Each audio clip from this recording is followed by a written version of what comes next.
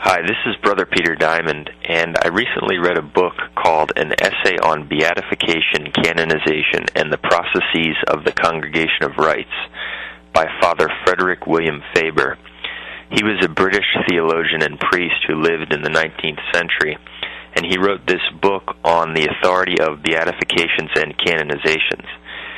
And in the book, he provides an excellent summary of some of the main reasons why one would have to consider canonizations to be infallible. And I wanted to quote some of the points that he makes here in this book. Before doing that, I want to clarify, of course, that I'm not asserting that simply because he said this, that proves that canonizations are infallible. Obviously, theologians can be wrong. But rather, these points that he makes hold weight because of the arguments that he brings forward, not because of his authority as a theologian. And so I'm going to start quoting from page 121 of his book, where he says, quote, "Our question is the Church infallible in the canonization of saints? Most certainly. It is proved, 1, by the acceptance on the part of the whole Church of the solemn decrees of canonization which the popes have published for several centuries. If such decrees or any of them were false, the universal Church would have approved error.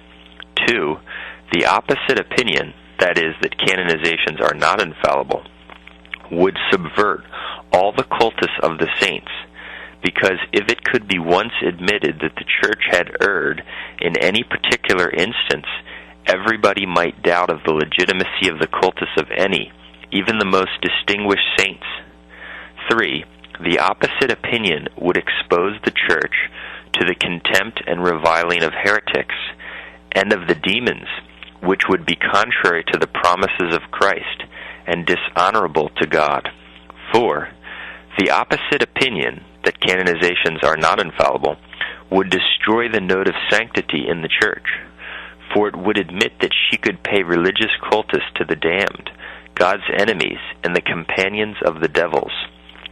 5, the Church is infallible in the common doctrine of morals. The canonization of saints pertains to the common doctrine of morals, and so falls under the infallibility of the Church. 6, the authority of St. Thomas is in favor of this.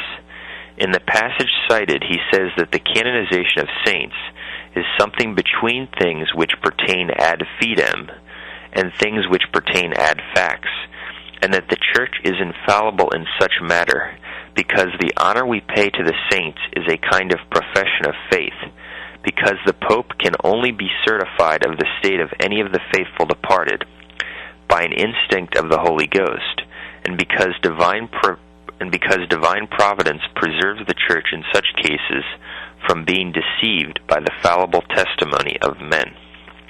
7, Pope Sixtus V, in the last consistory for the canonization of St. Didacus, spoke for an hour in assertion of the infallibility of the decrees of canonization.